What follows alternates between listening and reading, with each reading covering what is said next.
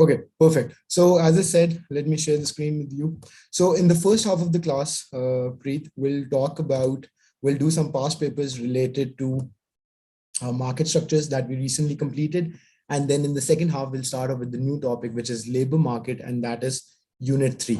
Okay, now let's open some past paper questions and we'll discuss those. Okay. So as I told you, today we'll have a longer session to make up for the classes that we missed.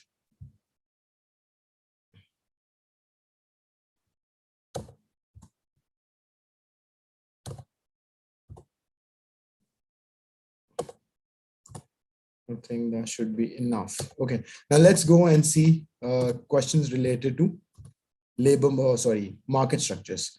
Okay, so now you would know that there are 6 essay questions in section B of paper 4 of A2 economics. And out of those 6 questions, you have to attempt any two, right? Okay, now I think we did this one previously as well, so we'll skip it.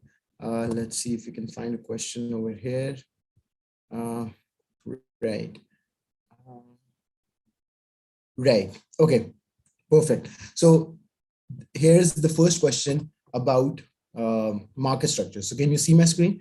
This question 4. So 4A is saying explain how a firm maximizes its profit in perfect competition, right?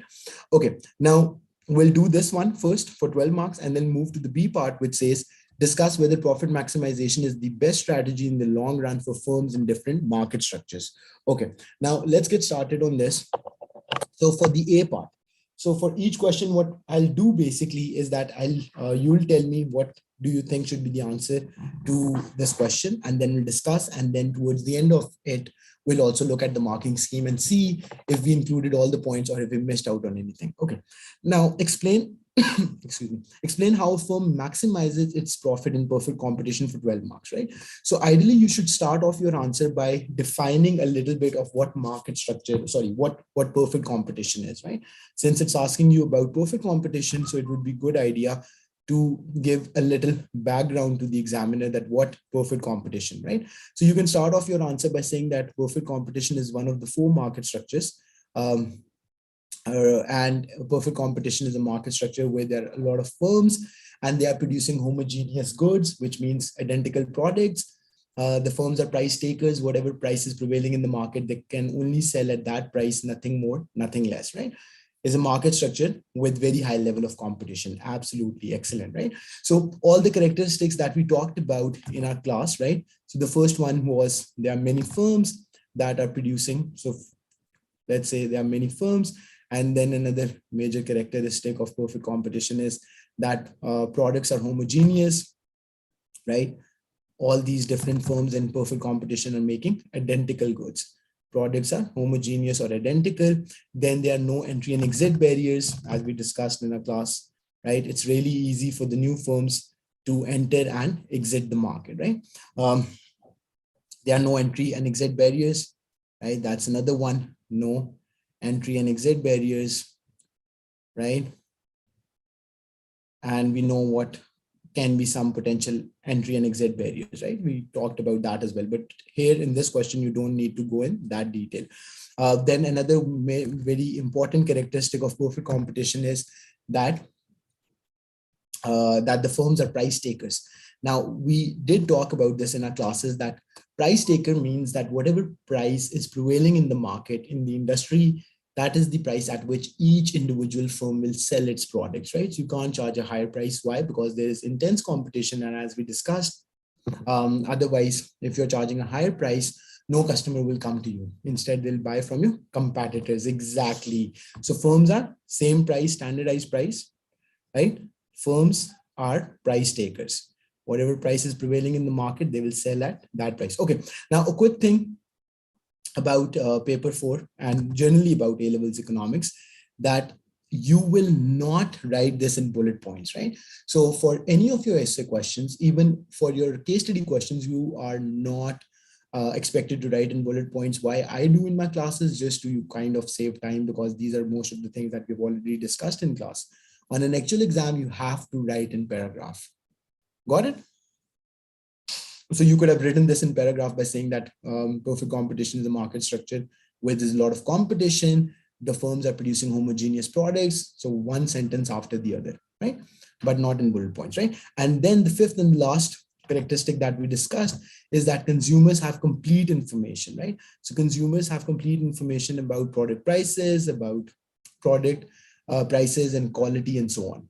Consumers have complete information, which means you can't, as a firm in perfect competition, you can't deceive customers, right? Okay, now this being said, after this, you should directly jump to the main part of the question. What was the main part of the question? That how do firms in perfect competition maximize profit, right? So let's revisit the question one more time. Explain how firm maximizes profit in perfect competition. Now think about this.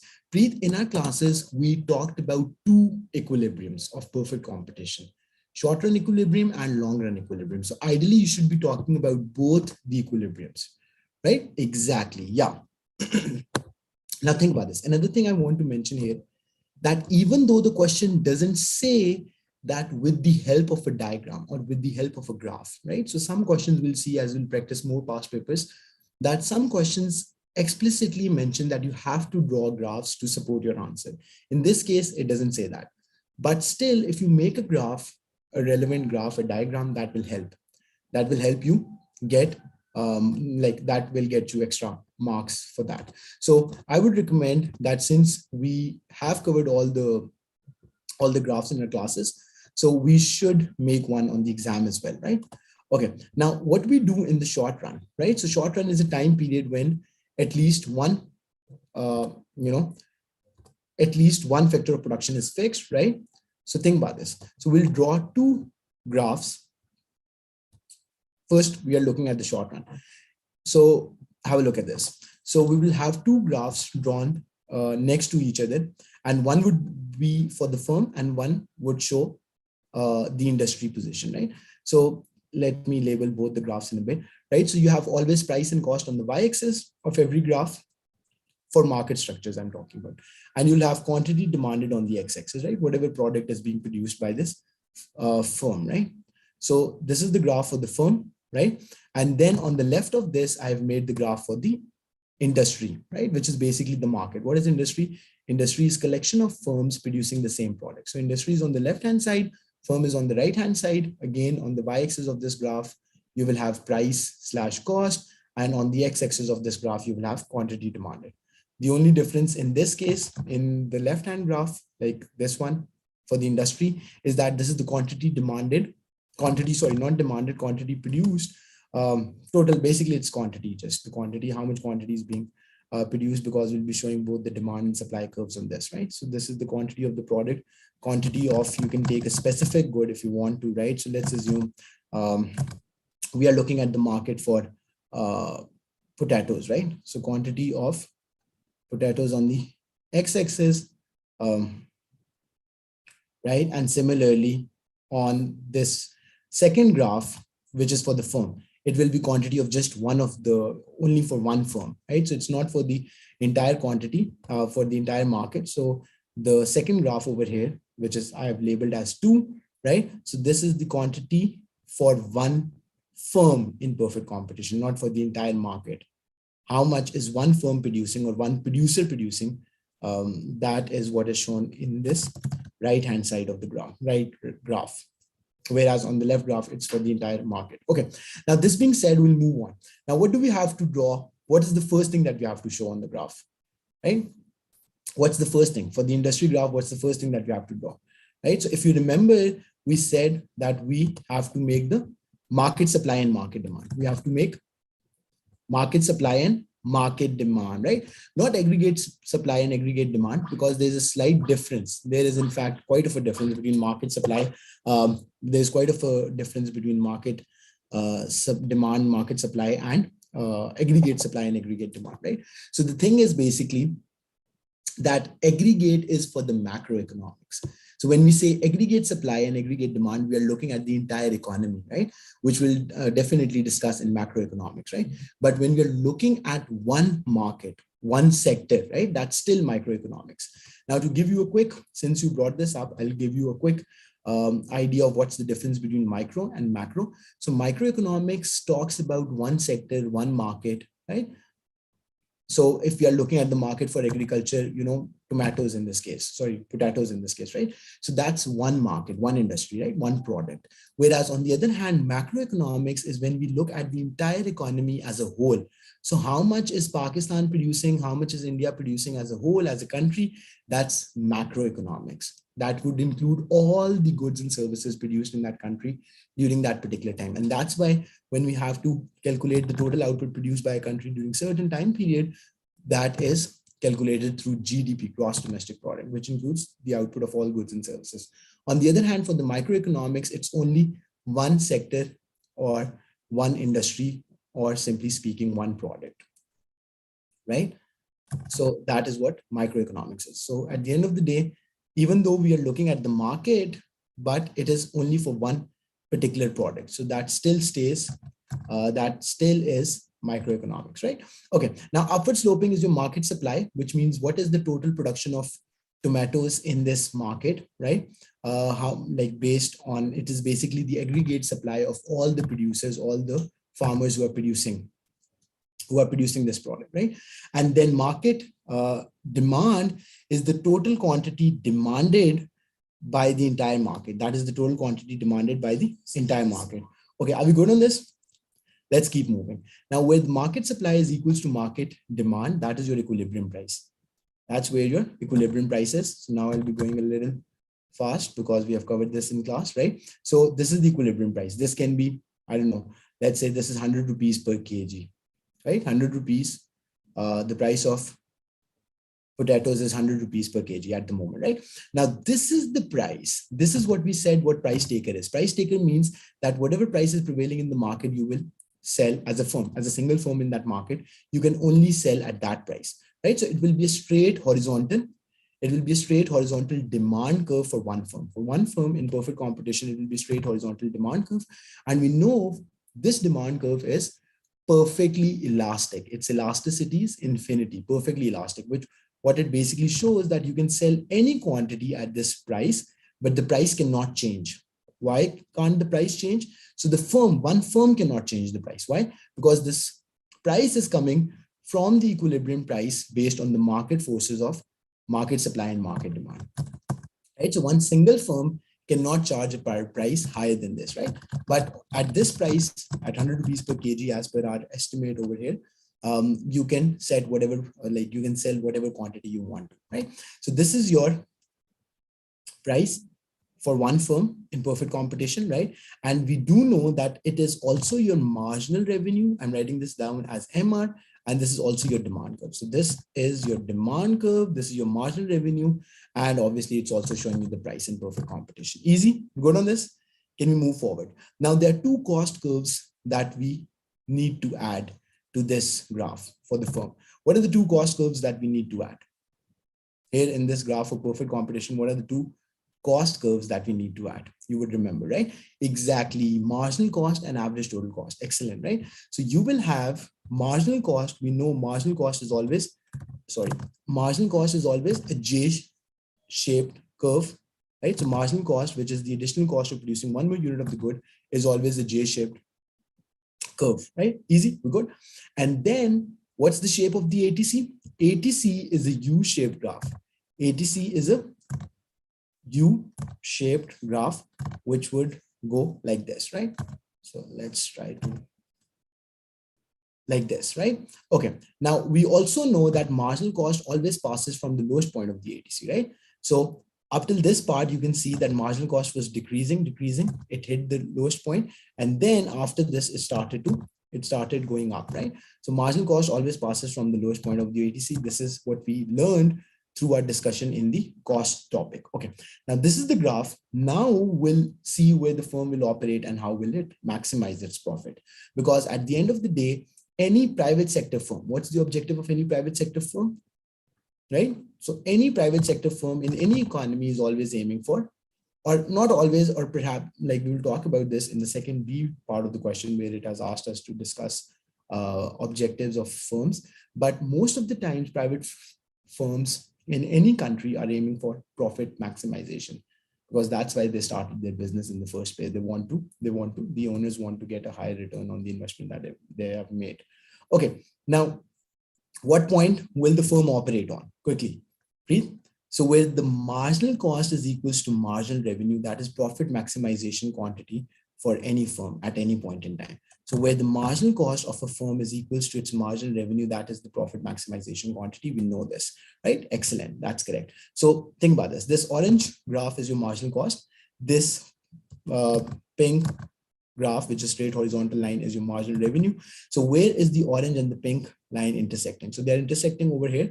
So you put a dot over here where they're intersecting, and then you'll bring a dotted line down to the x-axis to determine the profit maximization quantity that this business has to produce to maximize its profit. So I'm labeling it down. So this is QP, right? This is QP. Now, what do you need to do next is to see where is this dotted line intersecting with your ATC, because that will show you the average total cost of producing a typical unit of the good. What is the average cost of producing a typical unit of the good is what we need to determine the profit for this, firm, right? So you just see where this is cutting with the ATC, which is the blue line, and then you connect that to your y-axis to determine your, you can also use, a scale in your exam to better determine. So this is the cost, ATC1. Let's say this is ATC1.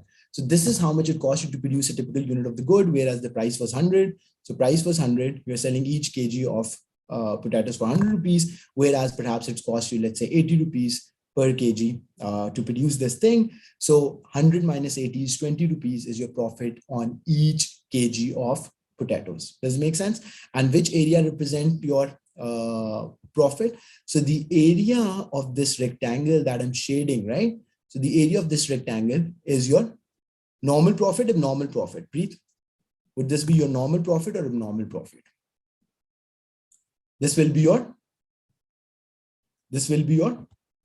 abnormal profit. Exactly. We do know that when prices are higher than your ATC, when price is greater than your ATC, that is abnormal profit. When price is equals to ATC, we had detailed discussion in our classes. When price is equals to ATC, that is normal profit. And obviously price is less than ATC, that is your loss, right? So in this case, we can see through the graph that price is greater than your ATC. So that is your abnormal profit.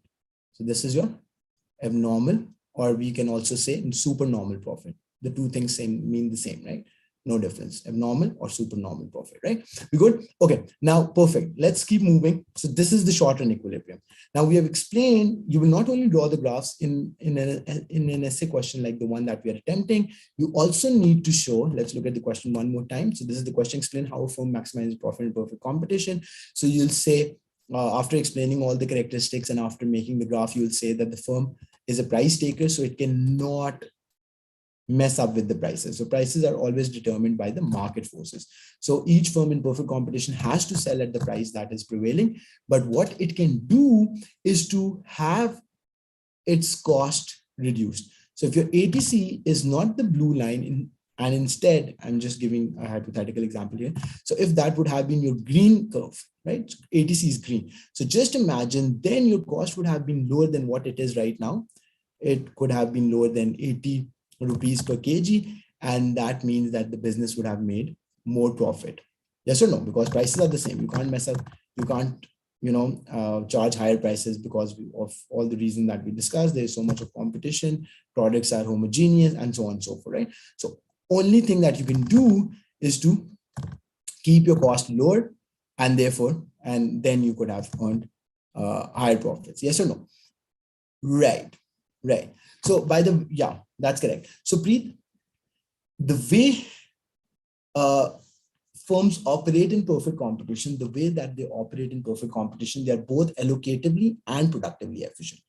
They are productively and allocatively efficient, right? Now, after making the graph for the short run that we have just seen, what happens in the long run? In the long run, now, since each firm in perfect competition is earning abnormal profit, that's an incentive for other outside firms to enter the market. Yes or no? When is there an incentive for another outside firm, which is not currently operating in the industry, to enter the market when it sees that other firms in this market are earning above average. What is abnormal? Above average, right? So if in any industry, any firms are earning a abnormal profit or above average profit, that incentivizes outside firms to enter this market. And especially when there are no entry barriers, it's really easy for the other firms to enter. Different graphs, long and short. Ideally, yes. Ideally, yes. Yeah. Read. Okay. Now, what happens in the long run? In the long run, when more firms enter your market, enter this industry, what will that do? That will shift your supply curve to the right. That will shift your supply curve towards right. It's an increase in supply. Why has supply increased? Because now there are more firms producing this, like more farmers or more firms producing potatoes, right? Growing potatoes in this country. Now, with this happening, this is your new supply curve. The demand hasn't changed. We are assuming that it's the same population in the country, and they are producing, they are consuming the same quantity of this item which they used to before, right? But what has happened to your equilibrium prices? Your equilibrium prices have decreased. Greater supply, same demand. What happens to your equilibrium prices? Your equilibrium price dropped from P1 to P2. Now, this is something lower than 100 rupees per kg. Now, if we extend this new equilibrium price to the other graph, to the firm graph, we'll see that it would be at the point where it is tangent to your, it will be at a point where this is tangent to your ATC. It will be at the point where it is tangent to your ATC, right? Which means what? That in the long run, your abnormal profit will decrease to normal profit. In perfect competition, since there are no entry barriers, new firms will enter, seeing that in short run, firms are earning abnormal profit. When more firms enter, your supply curve shifts to the right. That decreases the equilibrium price, and therefore in the long run, every firm in perfect competition starts earning normal profit. Okay, now to your question. You are increasing supply in this graph, so we have to do it like this.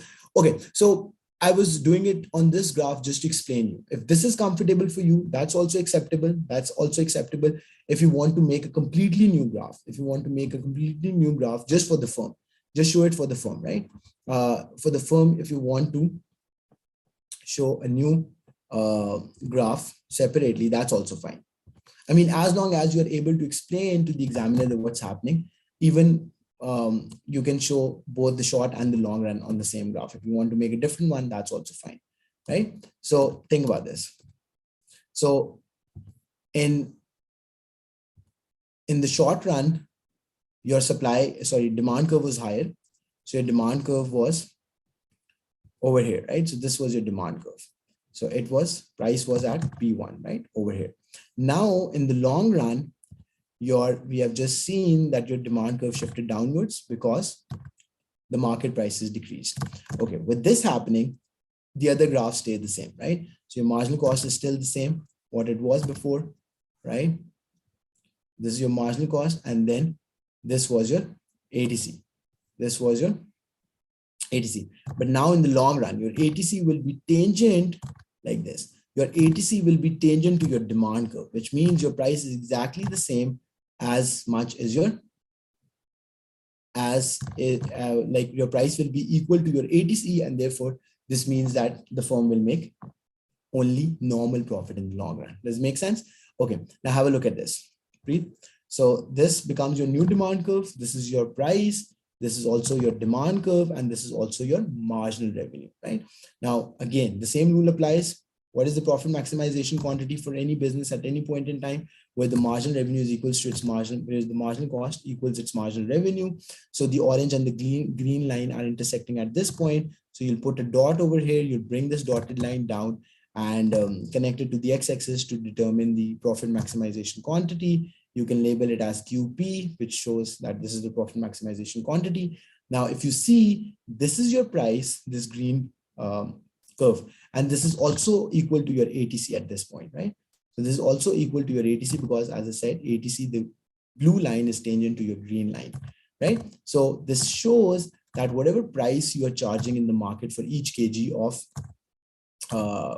potatoes, that is the same what it costs you to produce each unit of potatoes, right? So your price has dropped down to 80 rupees per kg, and that is also your ATC. So this means normal profit. Yes or no? Does it make sense? Breathe. So to answer your question again, either you could have showed this on the same graph, or you could have made a different graph. Doesn't make any difference. As long as your explanation is correct, everything is good, you will get credit for that. Easy, you good? Okay, perfect. Now this is what you'll say, right? Now to answer that, how do firms maximize their profit? We have explained how they make the profit, right? Now, the only option that the firms in perfect competition have to increase their profit, because what is profit at the end of the day? That is the difference between revenue and cost. What is profit? Profit is the difference between revenue and cost. How much amount of money do you earn from the sale of your good, minus all the expenses that the business spent in producing that product. That is what profit is, right? So simply speaking, what money you save from your business, that is your profit, right?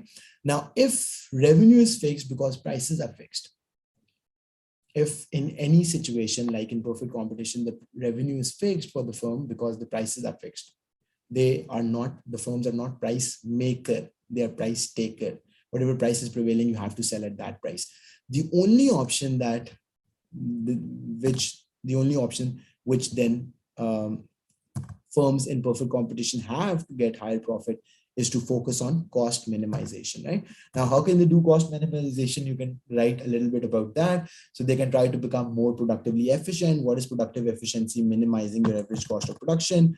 You can perhaps implement new and advanced production techniques, right? Like acquiring new machinery, more efficient machinery, right? Making your production process more capital intensive rather than labor intensive, right? And things like that. So things like these, which are targeted, any strategy used by the business to increase its productive efficiency would make its ATC curve shift downwards. And if that happens, that is the only way that a firm in perfect competition can earn more profit. That's the only way that a firm in perfect competition can then earn more profit. Is making sense? Right? Breathe. So if from the blue ATC, your ATC shifts to the pink one, right? Then you can see for yourself, now price will become higher than, now price will be higher than your ATC, and therefore you can make more profit than what you were making previously, right? So now let's quickly go and see what the marking scheme has to say about this question. So this is 4A. Can you see my screen, right? So 4A. Okay, how a firm maximizes profit in perfect competition, an explanation of profit maximization rule based on MR equals MC that we did. Explanation of how when MC is and MR are unequal, a firm changes its level of output to increase profits, right? And things like that. Even though it doesn't talk about how you can maximize your profit further by talking about cost minimization, but it would be good to mention that thing. Is making sense? For a sound explanation. So there are 4 levels in which the examiner divides your question, right? So if it's very basic, just the knowledge part, then it gets level 1. If it has some sort of application to the question being asked, that is level 2. If that has analysis, level 4, and if it has evaluation, then it's level 4, right? So what does level 4 says? For a sound explanation of increasing output when MC is less than MR and reducing output when MC is greater than MR to bring equilibrium, right, to this. Got it? Any confusion so far? Right, according to this, yeah, according to this. But a little bit, 2-3 lines of explanation about, the characteristic would not harm, right? Does it make sense?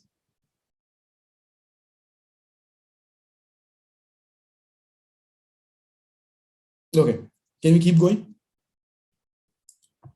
Okay, so perfect. Now the B part of the question says, discuss whether profit maximization is the best strategy. Sorry, where's the question paper? Discuss whether profit maximization is the best strategy in the long run for firms in different market structures. Now, this is interesting. Now, think about this. Now, we talked about 4 types of market structures.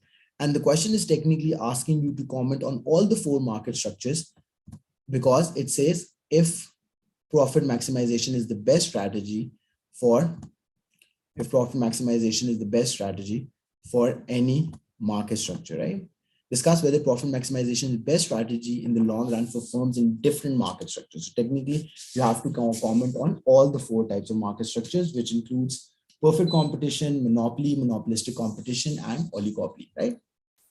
We're good on this? So let's get started. Right. Yes.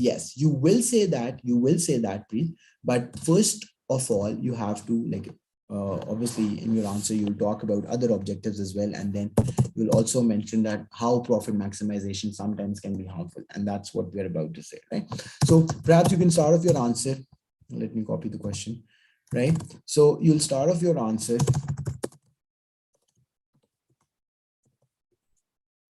right, by mentioning that what profit maximization is, even though you have explained in the part above that, so you don't need to go in too much detail. So just write a brief definition of what profit maximization is. Profit is the return that business owners or entrepreneurs make on the investment that they've made in any business. Then you will say profit maximization means that you want to maximize the difference between the revenue and the cost. So higher the revenue, lower the cost. That is how you maximize your profit. Exactly. Perfect.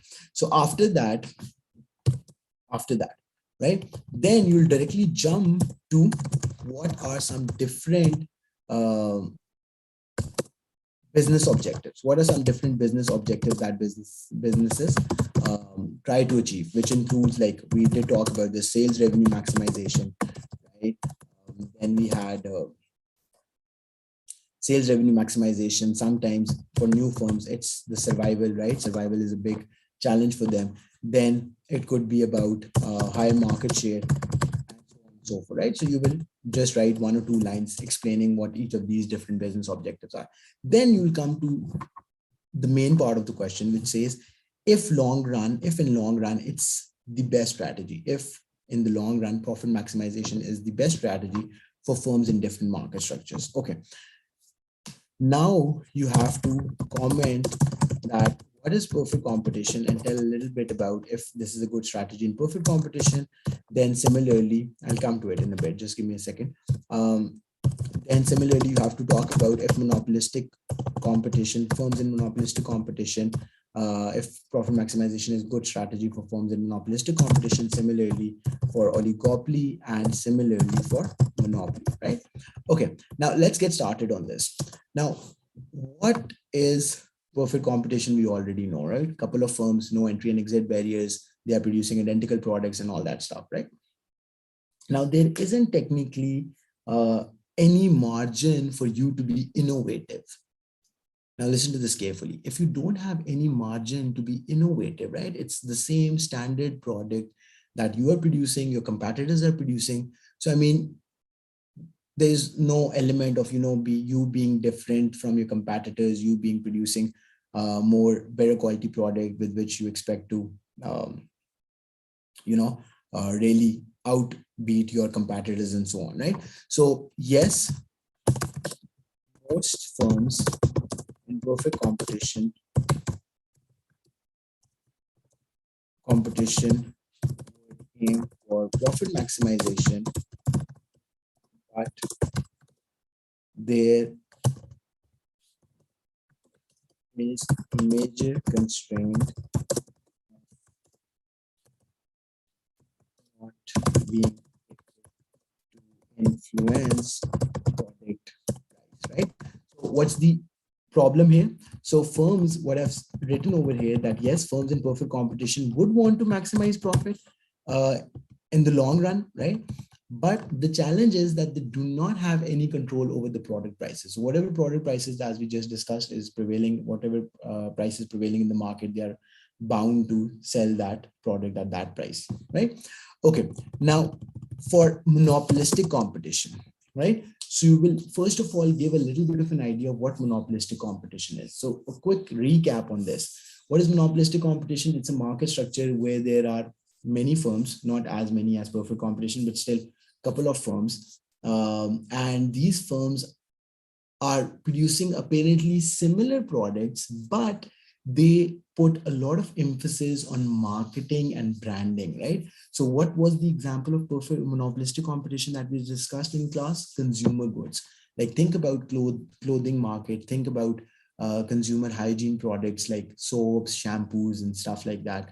Think about, even to some extent, the cell phones market, right? So there are a couple of brands, and each brand has a very different marketing strategy, and they do a lot of spending on the branding, like creating a unique name, creating a unique impression about their brand in consumers' mind, and so on, right? So that is what monopolistic competition is. Okay, now after you explain this, what do you think? Would profit maximization is what they will aim for in the long run?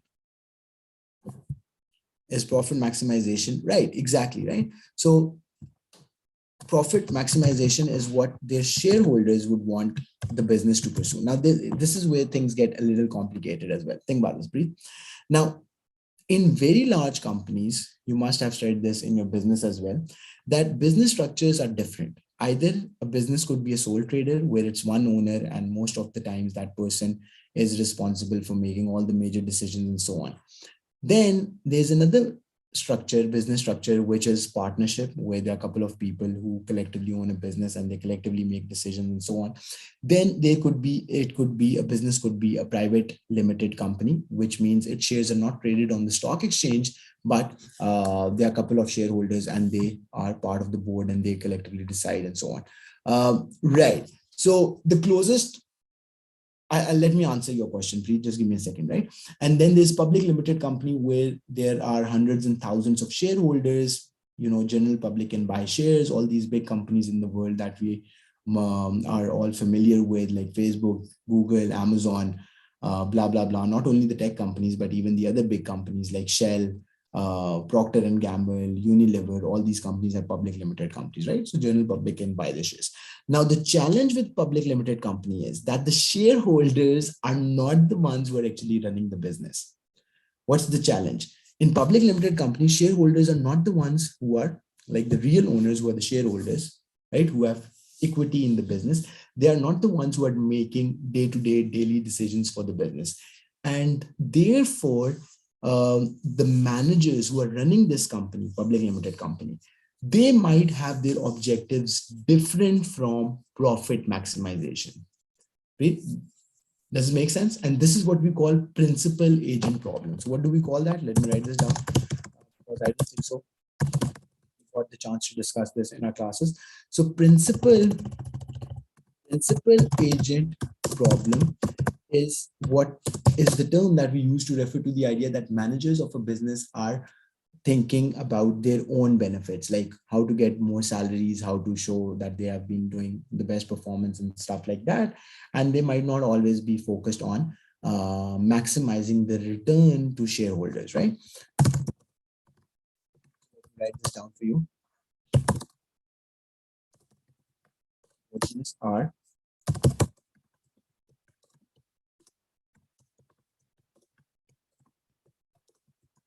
instead they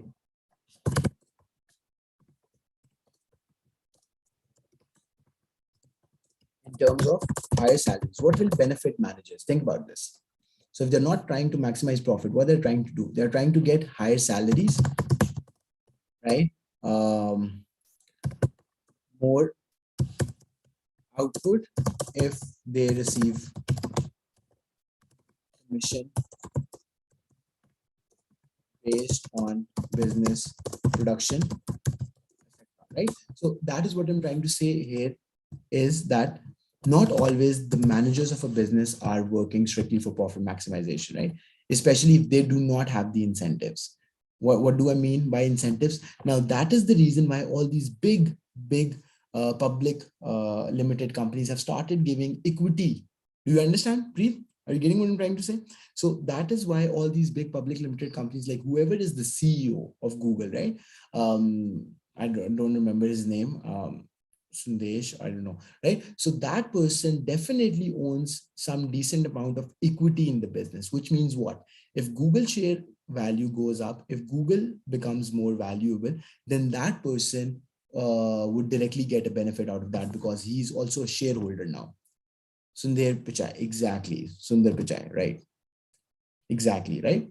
Does it make sense? So that's the thing. That's the thing, right? So why would the original owner of Google want to give equity to the CEO?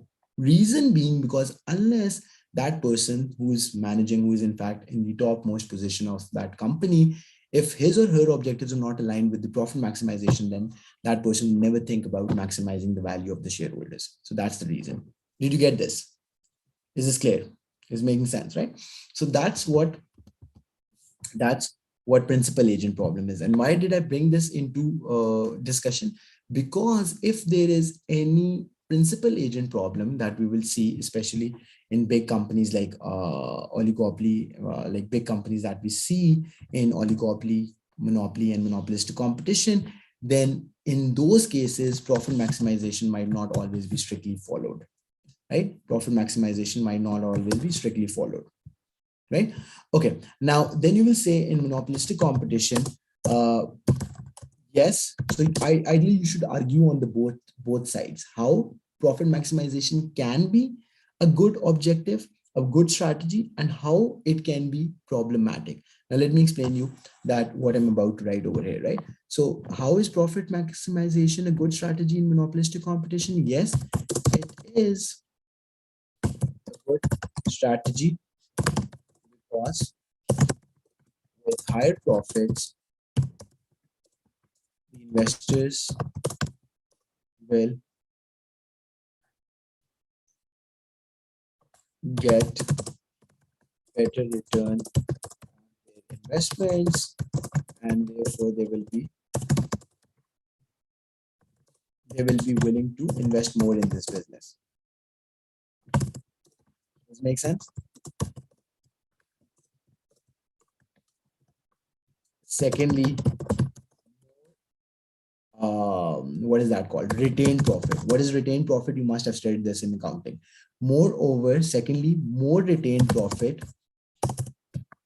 of a business allow it to expand to other markets and segments, right? Does it make sense? So first, what I'm doing in the first half, what I'm saying over here is that yes, profit maximization can be a good strategy. Why so? Because obviously it provides a better return to the investors, to the shareholders, and therefore they will be willing to invest more in that business. And secondly, with more retained profit, when you keep making higher and higher profits over the years, then you have more amount of retained or accumulated profit over the years, which means that this money is available to a business to invest further and to expand its operations and to expand its market and to expand its product range and so on, right? So that is the thing. But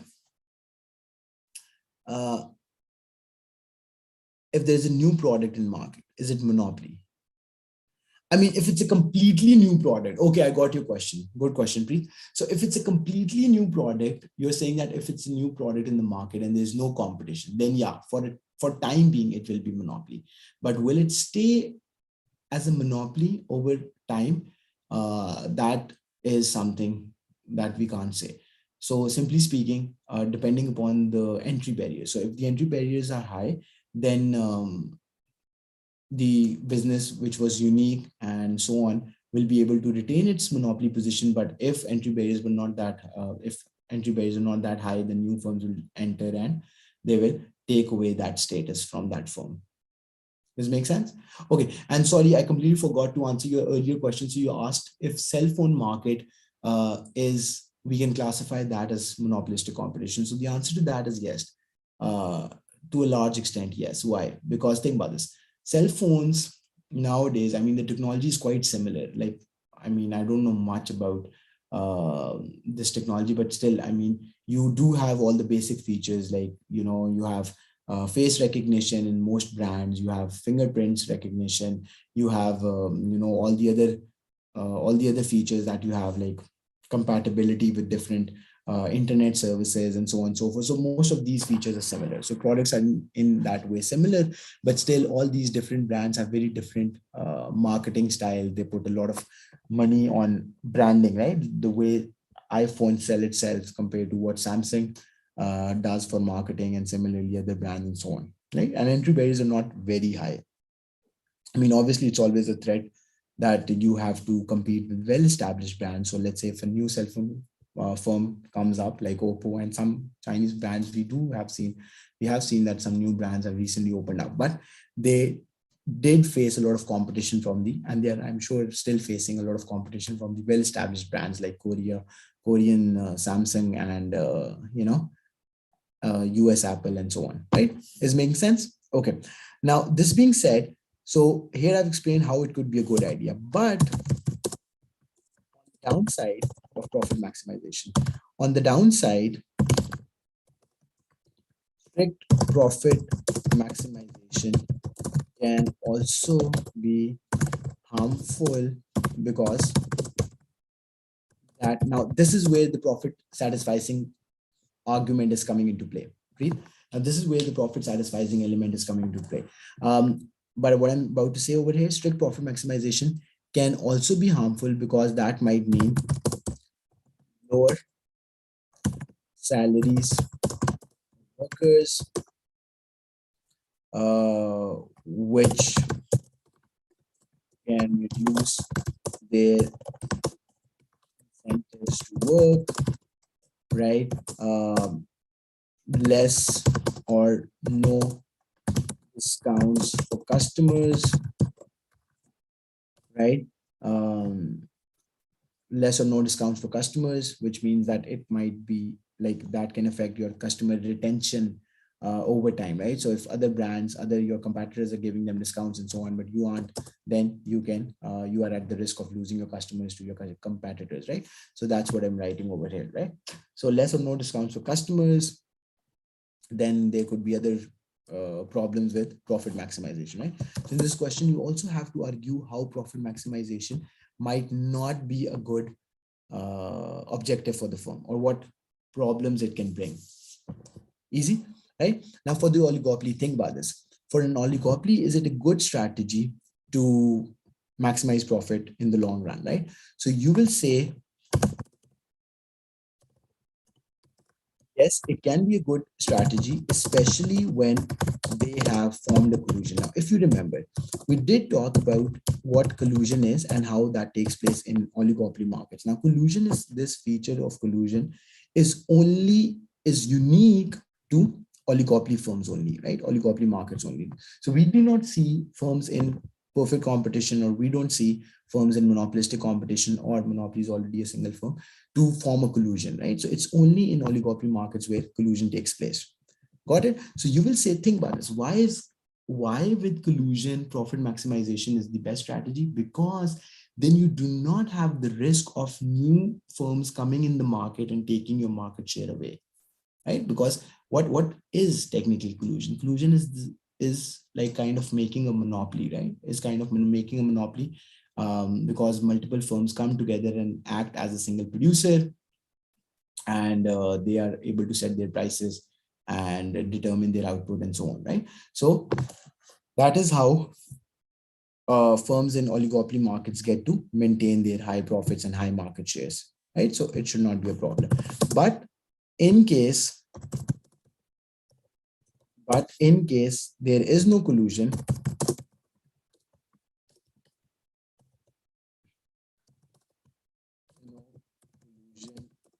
in the oligopoly market, then it would be difficult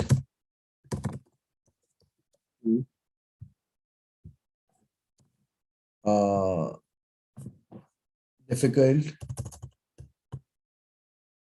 right? It could be difficult for any firm to strictly maximize profit.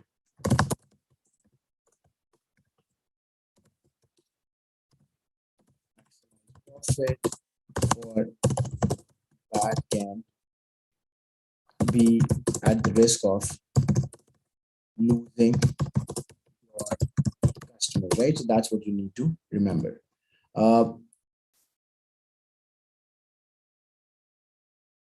Okay, no, that's a good question. So you're saying profit maximization is when the total profit is highest or when profit per unit is highest. No, when profit per unit is high, that is known as profit margin, right? So, I mean, that's kind of profit margin, but it is when the total amount of profit, right? So the difference between revenue minus cost, when that is highest, that is what your profit maximization is, right? So obviously that is kind of linked to profit per unit, but when we say profit maximization, what we mean that this amount needs to be highest, this amount, right? So is it $5 million of profit, or is it $2 million of profit, or whatever, right? So this overall figure needs to be highest for a firm to, like, this is how we define profit maximization, right?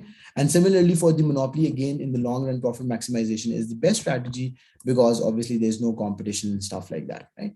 Now let's quickly look at the marking scheme and let's see if we have missed out on any point, right? So this was the marking scheme. It said, the question was, discuss whether profit maximization is the best strategy in the long run for firms in different market structures. A comparison of long run profit and the difference that exists between different forms of competition. Idea of contestable markets may mean that profit maximization cannot be achieved due to hit and run. Right? This is what we missed out, right? So we also need to mention about the entry barriers, entry and exit barriers, right? So if it's low entry barrier market, so like in monopolistic competition or in monopolistic competition, it's more difficult for firms to maximize profit. Why? Because they always have the risk of facing more competition, right?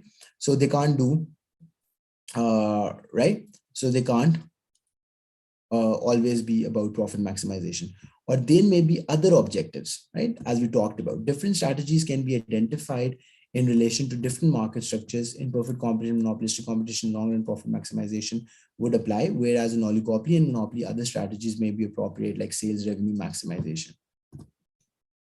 Right. So I'm sending you the new link. I'm sending you the new link.